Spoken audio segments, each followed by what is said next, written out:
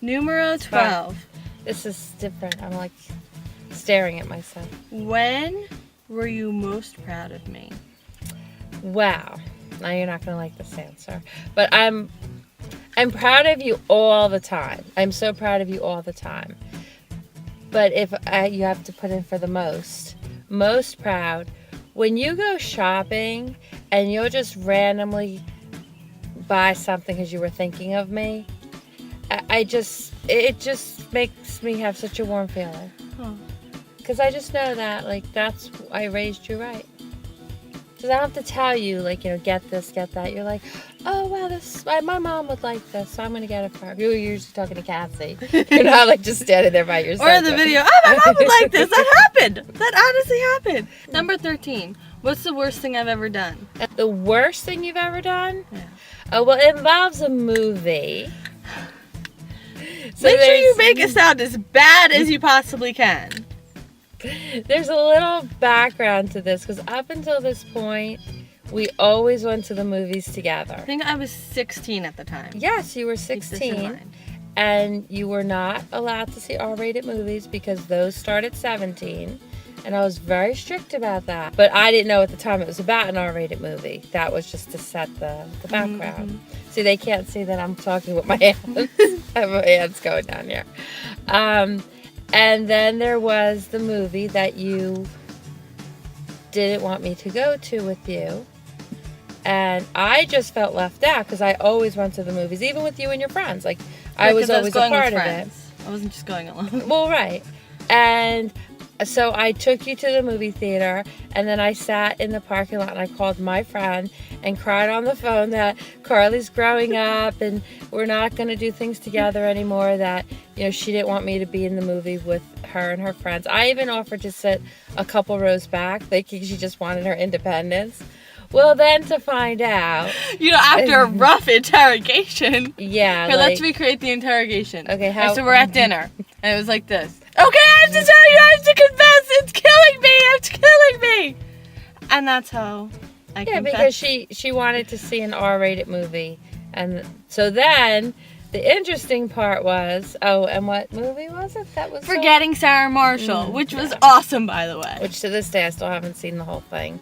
I've Because seen I the just whole understand thing. there's some scenes in it that, which is why it's R. But, so then it didn't become about the fact that you went to the R-rated movie. It became about the fact that, oh, well, you didn't leave me out. Like, you had a reason for, like, not including me. You were so happy. So I was happy. So you never got punished for lying because I was happy. But can you tell them how you tell the story normally? It's Carly went to an X-rated movie. Oh yeah, through the years as the movies become X. It's become an X-rated movie. Somehow I'm pretty sure I went with like 30-year-olds and one of the story. Mainly, I'm just telling the story with you when we relive it. Yeah. So it becomes an X-rated movie, and I just because it's makes it more interesting. Scandalous. Yeah, but you still have a punishment waiting for you for that one. Okay.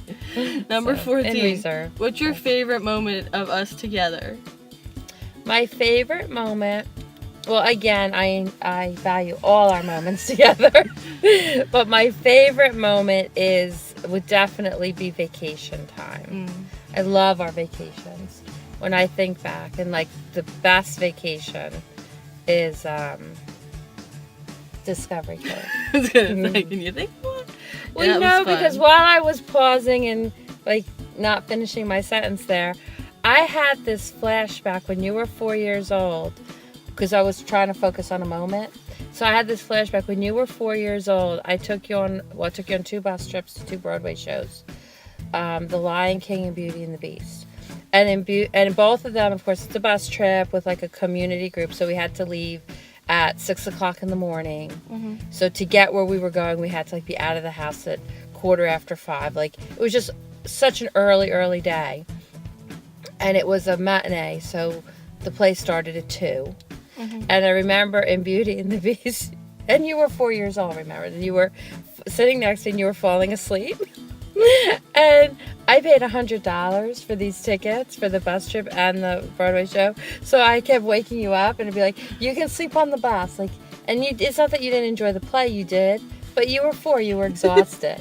But one of my, like, I know it sounds horrible, but my favorite moment was waking you up. I'm like, you have to watch the play. I spent a lot of money. So, yeah, that was that.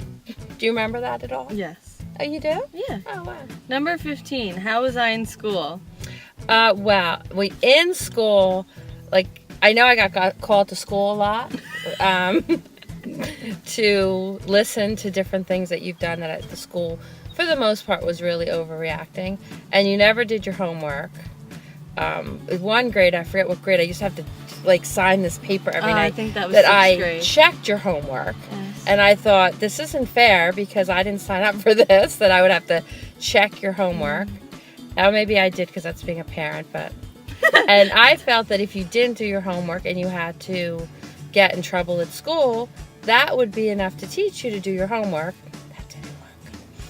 They made a And policy, I'm convinced because of me, that if you don't do your homework 3 times, like you get detention or something, like you get check marks. And I'm proud of that legacy. Unfortunately, it affected me for like 9 years, but you know, I'm proud that I could leave that behind. And our final question, number 16, what would you change if you could raise me again? what would I change? That is a good question. Well, what I would change, I wouldn't work as much when you were in school. Not that it had anything to do with the homework thing. Because you used to come home from school and tell me that it would be nice if I was a class mother. And then I would feel really guilty because I couldn't be a class mother because I went to work and I wasn't available during the day. So I went to work with such guilt all the time that I couldn't be a class mother. Let me just finish because I just found out recently something from you which I know you're going to share. But I would change that because even though you're going to say what you're going to say, I still think it's important. Okay, go ahead. Well, like, I never really felt like that. It's just everyone was telling me, you know, like the world was telling me that like my mom should be a class mom because, you know, some of the other moms were. But like I personally didn't care either way, you know? Right, but I didn't know that you didn't care because you used to come home and tell me I should, you know, you would ask me, Mom, why aren't you the class mother this year? Can you be the class mother next year? And I would have to explain to you that, well, no, I have to go to work. And I have no way to get to the school on a regular basis during the day. And then you would say, well, work is more important than me. And I'll have to explain to you that, no, work's not more important. It's just that the bills have to get paid. And if you want to live in a house instead of on the road, I didn't say all this part.